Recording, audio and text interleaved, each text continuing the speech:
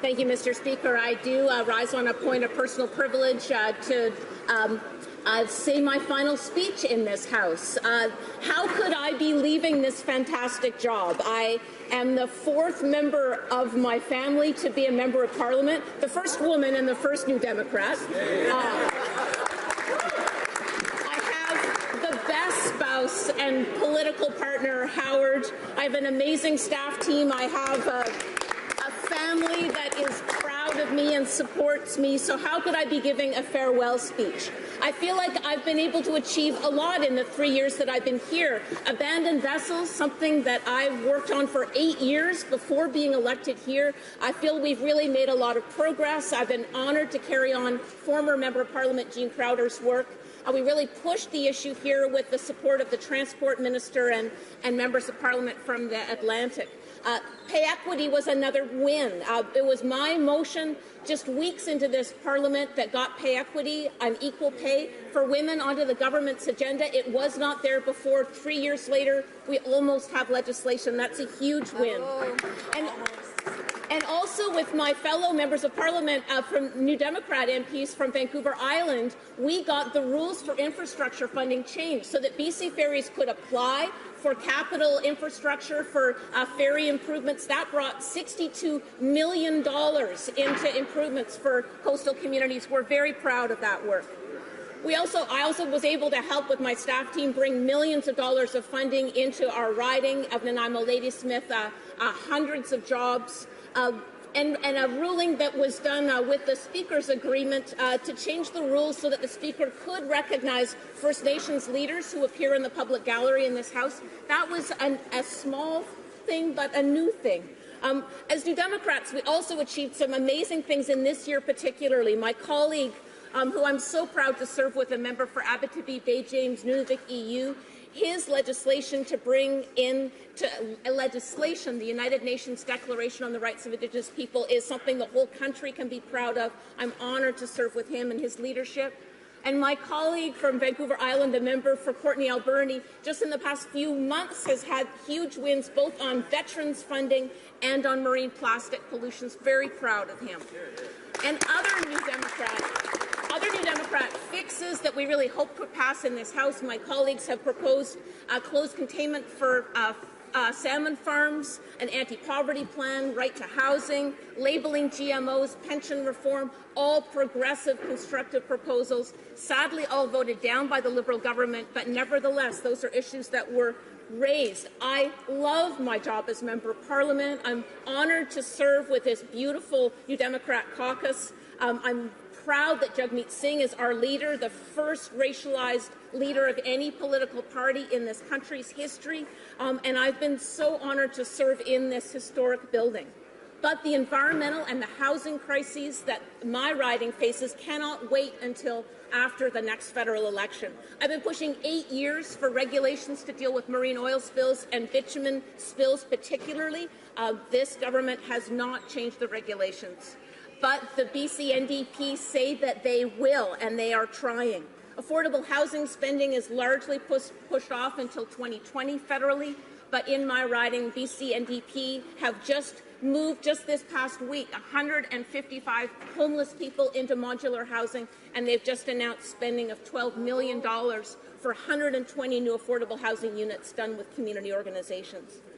I fought to stop oil tanker transportation increases in my riding that would risk tens of thousands of jobs we have on the coast already. I thought all we had to do was beat Harper, but it turns out the Liberals bought the pipeline, and it's now, again, the BC government that is actually the one that's working to stop that. Climate change, the greatest crisis of our time. The Liberals adopted the Harper government's targets, and even the Ombudsman says they won't meet them. Again, the action on the ground that's creating both jobs and climate change action is provincial. The NDP there is working the hardest to cut emissions and create jobs doing it. And I'm inspired by the New Democrat and Green cooperative government that is achieving results in British Columbia, and I'm really hoping that voters in the referendum do choose to move away from the outdated first-past-the-post system and into a proportional representation system to make every vote count. I'm sorry that that did not pass and that it was stopped by the government federally, but maybe we can make it happen provincially and inspire the rest of the country. And finally, although I am proud to have advanced abandoned vessel solutions federally, we did not get the changes that New Democrats asked for, dealing with the backlog, vessel recycling, a turn-in program, as has been done in Washington and Oregon, and the BC NDP campaign to do just those things, so I can help in that regard get this work finished. I'm honoured to have the endorsement of Union of BC Municipalities, Association of Vancouver Island Coastal Communities, and the Canadian Chambers of Commerce, all who have endorsed the same solutions that this government voted down. So that the Premier invited me to be part of his progressive government and stand for the nomination is a compliment to my staff team and my constituents who have worked hard to get real change on the agenda. In my 15 years of elected office, I have drawn immeasurably on the wisdom of my colleagues from coastal communities and Islands Trust Council. The Nanaimo First Nation Chief and Council are very strong partners, and Gabriola Island, my home, has continued lessons of sustainability and community action that continue to support and inform me. I've learned so much working alongside the Ladysmith Mayor, Aaron Stone, and John Elliott, the Seminas First Nation Chief.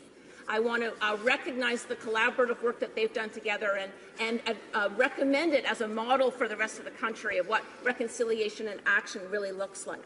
And we have a brand new mayor and a brand new council elected in Nanaimo, which has precipitated this by-election, but that creates a real opportunity for us in my hometown to be able to implement progressive solutions. And good things are happening already. With a new government in place provincially, we've got 3 new ambulances, 24 new paramedics, a new update of sorely overdue for the intensive care unit at the hospital, affordable childcare for 2,700 Nanaimo kids, ferry fares frozen on major routes, rolled back on minor routes, and seniors can ride ferries for free. So great things are happening, and I am determined to keep serving the people of Nanaimo and amplify those opportunities that are before us. I'm hoping that I'm elected to this new provincial role in the new year. I will be drawing on the lessons learned in this building. I'll be keeping the work going, building on what we have been able to do together as a community, building on what I've learned from people at home and from the abundant lessons here in this Parliament. It's an exciting future ahead of us. I wish my colleagues in the House well, and I say a big hello, and I'm so looking forward to being home and working shoulder to shoulder with the people implementing real results on the ground right now. Thank you, Mr. Speaker.